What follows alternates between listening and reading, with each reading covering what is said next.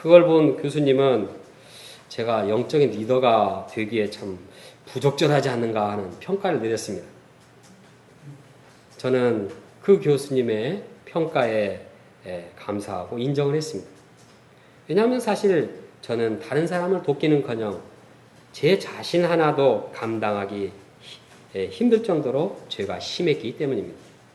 동시에 이러한 심각한 죄인을 부르시고 구원해 주신 예수님의 은혜와 예수님의 사랑에 감사와 찬양을 드리게 되었습니다. 그런데 살펴보니까 나만 이런 심각한 죄인이 아니었습니다. 기독교의 위대한 신앙인들 역시 아주 심각한 죄인인 출신임을 발견하게 됩니다. 어거스틴은 성적으로 타락하고 부도덕한 탕하였습니다. 만이교에 빠져서 이단자에 속했습니다. 그래서 그가 회개한 후에도 몇 년 동안 이 과거에 죄악된 습관을 버리지 못해서 많은 고생을 했습니다. 파스칼은 심히 병약해하고 이제 불안해서 두려움 속에 살다가 죽어야 할 인생이었습니다. 그가 한 말이 무슨 말입니까? 생각하는 갈대. 이 생각하는 갈대는 그의 그 불안한 내면 속에서 나온 진리입니다. 존 버녀는 천력경을 썼는데 그는 어려서부터 광폭한 성격의 소유자로서 청소년들의 선동자가 되었고 불경건하고 못된 짓을 하는 데 있어서 골목대장이었습니다. 키에르케고르는 어린 시절 춥고 배고파서 하나님을 저주하던 자였습니다. 우울증 환자였고 신체 장애자였습니다. 도스토옙스키는 간질병 환자여 광적인 도박자여 변태 성욕자였습니다. 그러나 그가 예수님의 부르심을 받고 위대한 러시아여 문호요 세계적인 문호가 되었습니다. 전 세계적으로 빌리 그람 목사보다 더 영향을 끼쳤다는 헨리 나우엔 교수는 소외감과 정신적인 불안함 때문에 항상 괴로워했습니다. 그리고 그가 예수님의 부르심을 받은 후에도 항상 뭔가 이렇게 불안정해서 사는 사람한테 자꾸 이 전화를 걸고 그렇지 않으면 뭔가 막 답답해서 안절부절하는 그런 사람이었습니다. 그러나 하나님은 이러한 그도 부르셨습니다. 한국의 장신대 교수요 목회자로서 큰 영향을 끼친 김명영 목사님의 고백을 보니 그 역시 탐욕과 정욕과 위선으로 심판받아 마땅한 죄인에 불과하다고 고백하고 있습니다. 사람들은 누구나 막론하고 약간의 차이가 있을 뿐 죄악된 더럽고 추악한 존재입니다. 그러나 예수님께서는 어떠한 죄인도 사랑으로 부르셨습니다. 그리고 어떠한 죄인도 부르시고 새 인생을 살게 하심으로 위대한 성직자요, 위대한 사상가요, 문호요, 철학자요, 또한 목회자요, 신학자요, 교수요, 음악가요, 미술가로 만드시는 분이십니다. 그럼 우리는 우리 죄인을 사랑하시는 이 예수님께 찬양과 감사를 드려야 할 뿐입니다. 예수님의 긍휼을 생각하면서 우리가 찬송가 446장 2절을 함께 한번 불러보겠습니다. 446장 정보 목자님 446장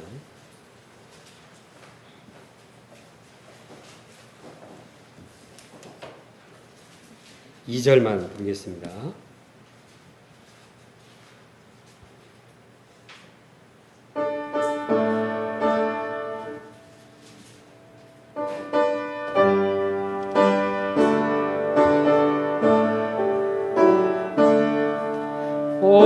놀라운 그 세즈 예수 내즈 내 모든 짐 벗기시네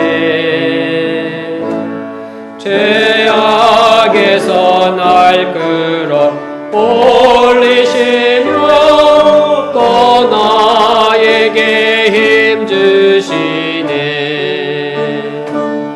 메마른 땅을 종일 걸어가도 나 피곤치 아니하며 저외야 많고 내가 해를 빼면 큰 바위에 숨기시고 주 손으로 덮으시 예수님은 우리의 모든 짐, 죄의 짐을 다 벗겨주시고 새 인생을 살게 하십니다. 저는 예수님의 사랑의 부르심을 영접하고 새 인생을 살게 되었습니다. 그러나 그 이후에도 제가 영적으로 연약할 때는 과거에 죄악된 습관에 빠지곤 했습니다. 그래서 그로 인해서 제 마음이 아주 비참해졌습니다. 과연 예수님의 은혜를 받은 내가 왜 이러한 죄에 다시 빠지는가? 예수님의 은혜를 배신하고 죄에 빠진 자신을 바라볼 때 참으로 죄책감 때문에 괴로워했습니다. 그러나 이러한 저를 예수님은 변치 않는 사랑으로 또 부르십니다. 죄인에 대한 예수님의 부르심은 한 번으로 끝이지 않습니다. 그때 저는 예수님의 사랑의 음성을 영접합니다. 그리고 어떤 상황에서도 이제 죄악된 습관으로 행하지 않고 이 예수님의 사랑의 음성을 붙들고 이 사랑 안에 거하고자 노력하고 있습니다. 사람은 어떤 순간에 과거의 죄악된 습관으로 문제를 해결하려고 하는 아주 나쁜 이러한 이 버릇이 있습니다. 그러나 우리가 그때 다른 무엇보다도 예수님의 음성을 듣고 예수님 앞에서 예수님께서 주시는 사랑, 죄사함의 사랑 가운데 거하며 예수님의 그 사랑에 대해서 문제를 해결해 나가야 합니다. 우리가 매일매일 나를 부르시고 나를 사랑으로 인도하시는 그 예수님의 음성을 덧입고 예수님을 따르기를 원합니다. 둘째, 예수님은 혼인직 신랑으로 죄인들과 파티를 함께 하시는 분입니다. 예수님께서 세리들과 죄인들과 함께 식사를 할 때였습니다. 요한의 제자들이 예수님께 나와서 금식 문제로 따졌습니다.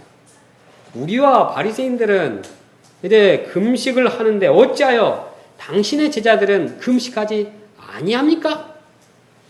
당시 신자들은 일주일에 월요일과 목요일 2번씩 이틀씩 금식을 했습니다. 그런데 예수님의 제자들은 도대체 금식을 하는 꼴을 못 봤습니다. 세리요한과 바리새인은 아주 심각하게 배고프면서 금식을 하는데 이 사람들은 금식할 생각만 하고 그냥 먹기를 탐하는 사람처럼 계속 먹으니 참 이상했습니다. 이때 예수님께서는 제자들이 왜 금식할 필요가 없는가를 말씀하셨습니다. 15절을 보면 혼인집 손님들이 신랑과 함께 있을 동안에 슬퍼하시느냐라고 말하고 있습니다. 예수님은 자신을 혼인집 신랑이요 또 예수님과 함께한 죄인들을 혼인집 손님들로 비유했습니다. 즉 예수님께서 죄인들과 함께 나눈 이 잔치는 신랑 되신 예수님께서 초대받은 사람들에게 베푸는 축하 파티임을 밝히고 있습니다. 초대된 사람들은 예수님을 통해서 영적으로 회복된 자입니다. 하나님과 관계를 회복하는 자입니다. 그러므로 예수님과 이 죄인들과 함께하는 파티는 천국 잔치요 구원의 잔치입니다. 이처럼 신랑과 함께하는 기쁨의 잔치에서 금식을 할 수는 없는 일입니다. 그러나 신랑을 빼앗길 날이 이를 때 금식할 것이라고 말씀하고 있습니다. 이 금식의 논쟁에서 다시 한번 생각해 볼 점이 있습니다. 먼저 세례 요한의 제자들이 예수님의 제자들에게 왜 금식을 안 하는가 따졌는데 예수님께서는 이에 대해서 지금은 금식할 필요가 없고 언제 금식할 것이라고 이제 말씀을 해주셨습니다. 그런데 여기에서 그 대답을 하면서 강조했던 점은 예수님과 죄인과 만남이 기쁜 잔치라는 사실입니다. 이 잔치는 잔치 중에서도 가장 기쁘고 즐거운 혼인잔치입니다. 예수님은 사람들과 함께 혼인잔치와 같은 천국잔치를 이루시는 분입니다. 이 사건 외에도 죄인들이 예수님을 만날 때 흥겨운 잔치가 벌어지는 이야기가 성경에는 많이 언급됩니다. 한 예로 누가복음 15장의 새 비유를 생각해 봅니다. 이 비유는 죄인들이 회개하고 하나님을 만나는 것을 말씀하고 있습니다. 그런데 이 새 비유의 공통점이 무엇인지 압니까? 끝나고 나서는 항상 잔치를 베풀었다는 것입니다.